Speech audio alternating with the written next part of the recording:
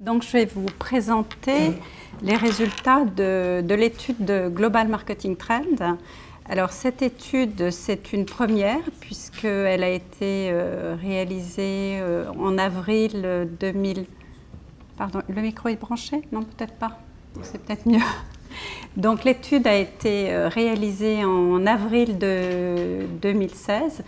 C'est un travail conjoint entre deux groupes de la FIL, donc la Fédération internationale de laiterie.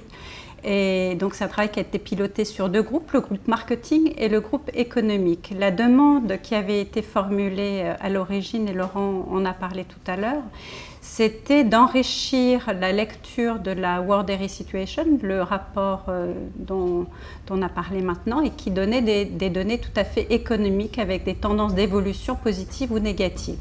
Et c'était d'apporter des éléments de compréhension fine sur tous les éléments qui pouvaient porter ces évolutions. Donc l'étude, elle identifie les tendances générales de consommation alimentaire, les tendances générales de consommation des produits laitiers. L'ensemble des catégories de produits laitiers sont également abordées. Et on aborde surtout les leviers et les freins à la consommation, et c'est ce que je vais essayer de développer là aujourd'hui. Donc le questionnaire a été envoyé en avril. Il faut juste savoir que c'est un questionnaire qui a été envoyé aux membres des comités nationaux de tous les pays appartenant à la FIL et au groupe marketing et au groupe économique. Et ils ont, dans les pays, estimé quels étaient les experts qui étaient les plus connaisseurs pour répondre à ces questionnaires. Donc on a globalement 27 pays qui ont accepté de participer à cette étude. Vous les avez là en bleu. On a 5 pays dans les Amériques. On a le Canada, les États-Unis, le Mexique, le Chili et l'Argentine. On a 3 pays en Asie. On a le Japon, la Chine et l'Inde. On a 3 pays en Afrique et au Moyen-Orient. On a l'Afrique du Sud, le Zimbabwe et Israël. On a 2 pays dans la zone Océanie avec la Nouvelle-Zélande et l'Australie. Et on a 14 pays d'Europe dont vous avez les drapeaux sur l'écran.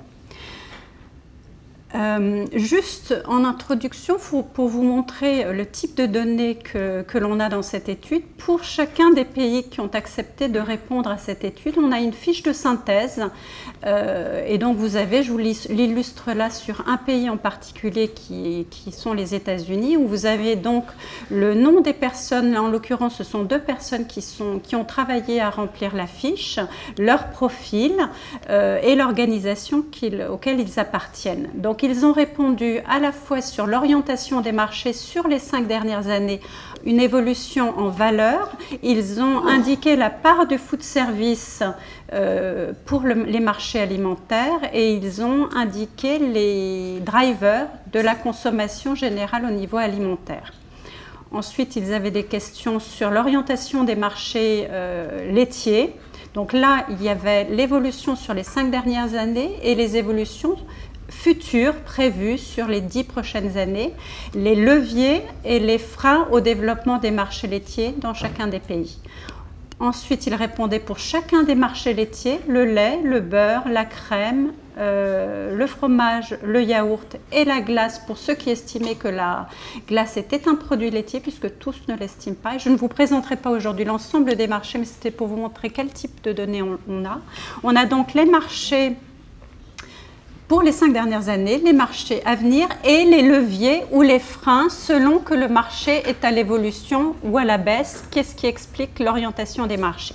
Ensuite, on avait 3 questions plus qualitatives sur les débats anti-lait. Est-ce qu'il existe dans le pays des débats anti-lait? Est-ce qu'ils affectent la consommation des produits laitiers? Et est-ce qu'ils sont de plus en plus hostiles ou est-ce qu'ils restent stables dans le temps? On a la même chose sur l'anti-matière grasse et on a la même chose sur l'anti-élevage. Est-ce qu'il y a un débat anti-élevage dans le pays? Donc voilà l'ensemble des données qui étaient recueillies à travers cette étude. Je ne vais pas revenir sur tous les pays parce que vous ne vous en sortiriez pas. J'en ai fait une synthèse et donc c'est l'objet de ma présentation. Donc je vais vous présenter les tendances passées, les tendances avec les leviers bien sûr qui expliquent ces tendances sur les grands marchés laitiers, quelques perspectives d'avenir et les challenges que la filière laitière doit relever pour l'avenir.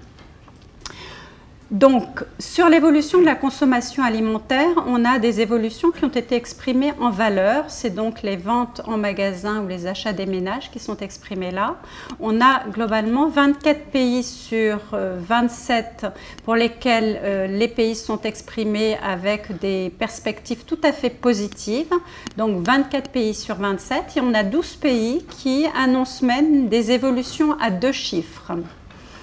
Donc, quand on regarde la carte mondiale, vous voyez qu'on a en vert foncé les pays qui ont la dynamique la plus positive, donc en particulier les pays d'Asie, l'Australie, les pays d'Afrique, les pays américains. Et finalement, on a un seul pays qui connaît un déclin, qui annonce un déclin en lien avec la situation économique et le fort taux d'inflation que connaît ce pays. Et donc les perspectives passées sur les 5 dernières années ont été plutôt à la baisse. Quand on interroge sur les leviers qui portent les marchés alimentaires, globalement, il y a 4 grands facteurs qui expliquent l'évolution positive des marchés alimentaires.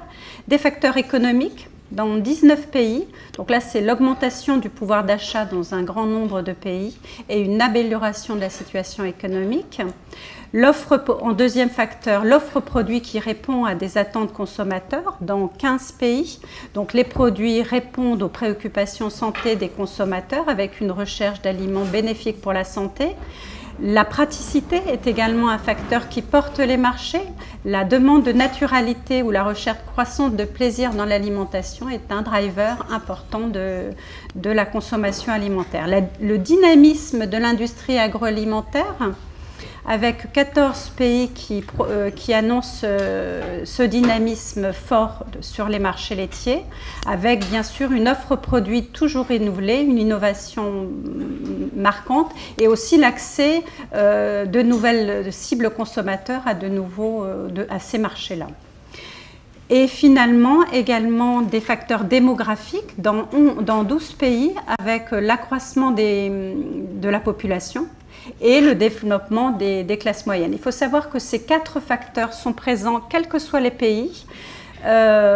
Si les variables économiques expliquent en premier lieu presque partout le dynamisme des marchés, le développement démographique est mis en avant par exemple comme premier facteur aux États-Unis, comme premier facteur en Israël et en Australie.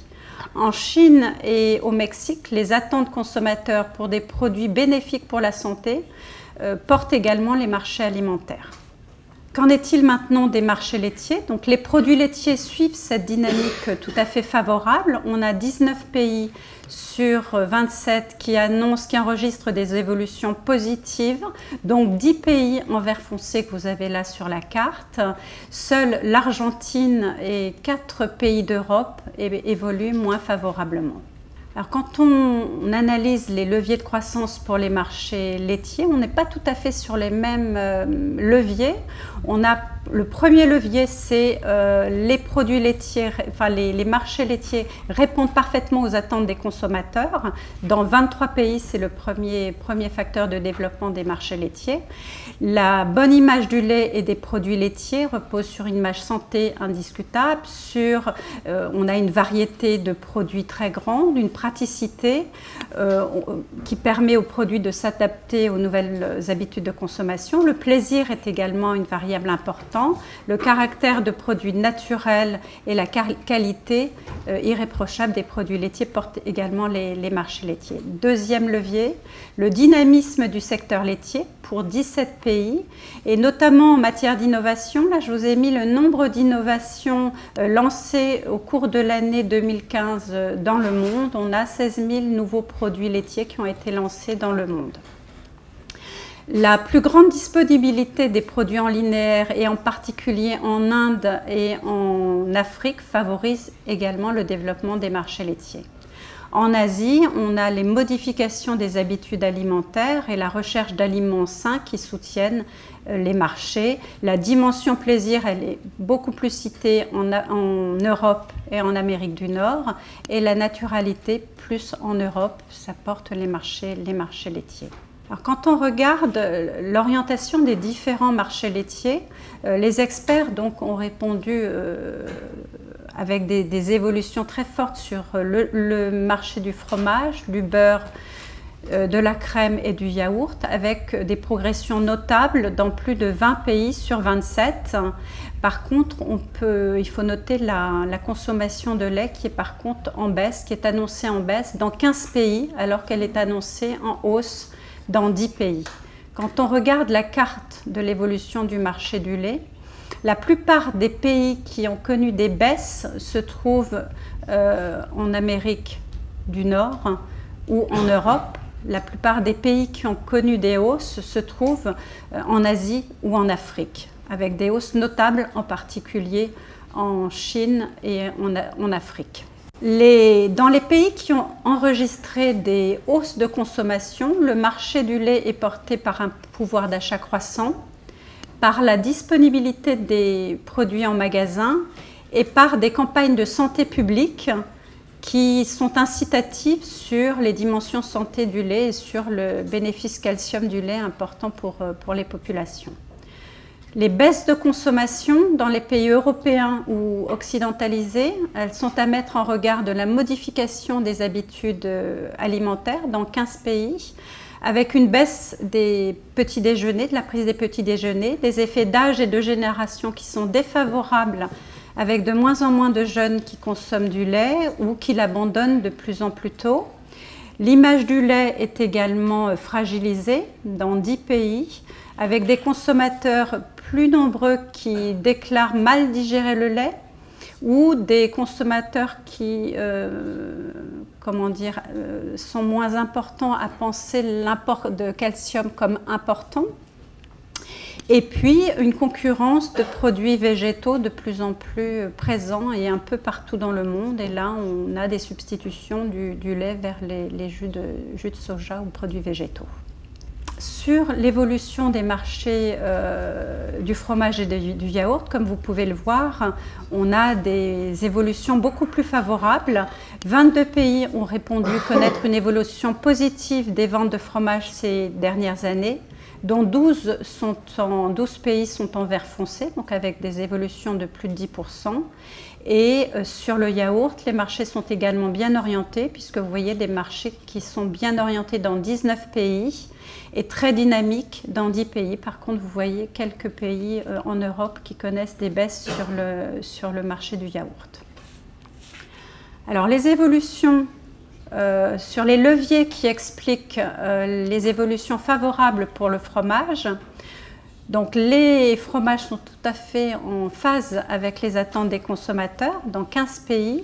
Sur les dimensions de plaisir, ils sont appréciés pour la diversité de leurs saveurs. Ils jouissent d'une image très positive en matière de santé pour leurs apports en calcium ou en protéines.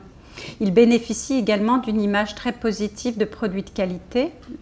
Deuxième facteur, la croissance du secteur fromager avec une innovation extrêmement forte, en particulier en Amérique et en Europe du Nord. Des produits de plus en plus disponibles en magasin en Afrique et en Asie. Et les fromages font également l'objet d'investissements publicitaires importants qui soutiennent ces marchés. Le développement économique est le troisième facteur qui soutient les marchés fromagers, en particulier les pays d'Amérique du Sud et d'Afrique. Et on a des changements de comportement alimentaire qui favorisent également les marchés avec le fromage qui a su conquérir la cuisine, des utilisations de plus en plus nombreuses en ajout sur les plats, en composition des plats en salade ou dans les pizzas. Sur l'ultra frais, sur le yaourt en particulier, on a une offre produit qui répond également aux attentes des consommateurs sur des apports santé, des apports en calcium et en protéines, qui en font des aliments importants, en particulier en Asie.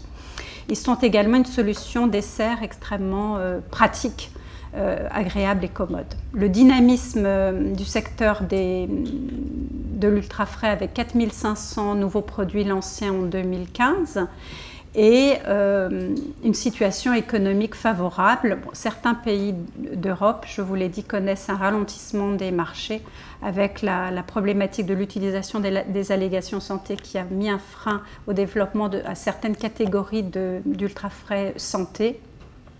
Et également une recherche d'alimentation saine, peut-être d'alimentation un peu moins sucrée sur certains produits très, très gourmands.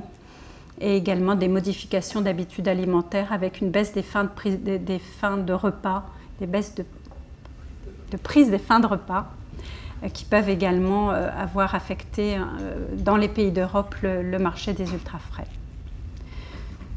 Sur le beurre, donc 21 pays déclarent avoir connu des évolutions positives pour le beurre ces 5 dernières années, dont 12 pays des évolutions supérieures à 10%.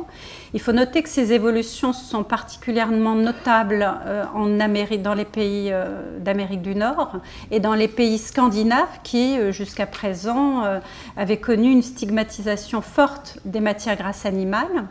Donc 3 leviers participent à la bonne situation du marché du beurre. Sur le plan de la santé, une revalorisation des acides gras et le beurre est moins stigmatisé comme un produit nocif pour la santé. Sur le registre du plaisir, on a de nombreux chefs qui ont réinstallé le beurre indispensable en cuisine et qui l'utilisent et qui le valorisent et son image plaisir s'améliore également auprès des consommateurs. Et sa dimension de matière grasse naturelle est également un atout.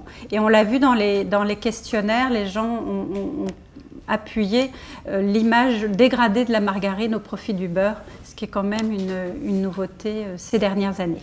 Sur les perspectives d'avenir, donc la tendance positive qui était enregistrée sur les 5 dernières années, elle se confirme sur l'avenir, puisqu'au global, 21 pays annoncent des orientations positives sur l'avenir et même le lait pour lesquels on avait 15 pays qui annonçaient une baisse pour les années passées, ils sont 12 pays à annoncer des baisses, donc on a une amélioration de la situation sur le lait pour l'avenir. Juste des points d'inquiétude. Depuis une vingtaine d'années, on observe que les discours négatifs sur le lait se diffusent dans les médias grand public et dans l'opinion. Et ces mouvements sont présents dans de nombreux pays. Là, vous avez la réponse sur y a-t-il des débats anti-lait dans votre pays? Et donc, vous voyez qu'on a des pays d'Amérique du Nord et des pays européens et l'Australie, toute l'Océanie qui sont touchés par ces débats anti-lait, que globalement, quand on regarde la nature de ces débats-là, puisqu'on posait la question en ouvert pour savoir quelle était la nature des discours qui étaient portés, ils portent majoritairement sur la nutrition, mais ils portent également sur les problématiques de bien-être animal ou d'utilisation d'antibiotiques ou d'hormones pour certains pays, et de durabilité également, qui sont présents. Sur les débats anti-élevage, on a également des débats anti-élevage, en particulier au Canada, en Europe, mais également au Japon, en Nouvelle-Zélande. Certains pays en blanc n'ont pas répondu, par exemple l'Australie n'a pas répondu là. Et quels sont les challenges pour le secteur laitier pour l'avenir? Globalement, on a vu à travers la présentation que les produits laitiers bénéficient d'avantages très importants. Un dynamisme assez extraordinaire finalement en termes d'innovation, très innovant et très présent dans le monde. Le challenge, c'est de continuer à créer des innovations pertinentes en phase avec les attentes des consommateurs et faire connaître les produits au plus grand nombre. Le deuxième challenge, c'est l'accessibilité en termes de prix avec des gammes de produits adaptés. Et donc, c'est de continuer à créer des produits simples et accessibles au plus grand nombre. Le potentiel d'image, vous l'avez vu, des produits laitiers qui ont un très fort capital image et une très bonne image sur le plan nutritionnel, sur le plan organoleptique, sur un plan de la sécurité et de grande qualité. Voilà, c'est de continuer à défendre la catégorie sur toutes ces dimensions. Et face aux controverses, là, c'est un sujet majeur et d'avenir. Face aux controverses vis-à-vis des produits, vis-à-vis de la filière, vis-à-vis des entreprises laitières, la filière, comment dire, dispose d'atouts réels permettant de montrer le caractère durable de ces activités. Le challenge, c'est de faire connaître aux consommateurs citoyens nos atouts pour restaurer la confiance et renforcer la confiance auprès des consommateurs citoyens. Voilà pour ce que j'avais à vous dire.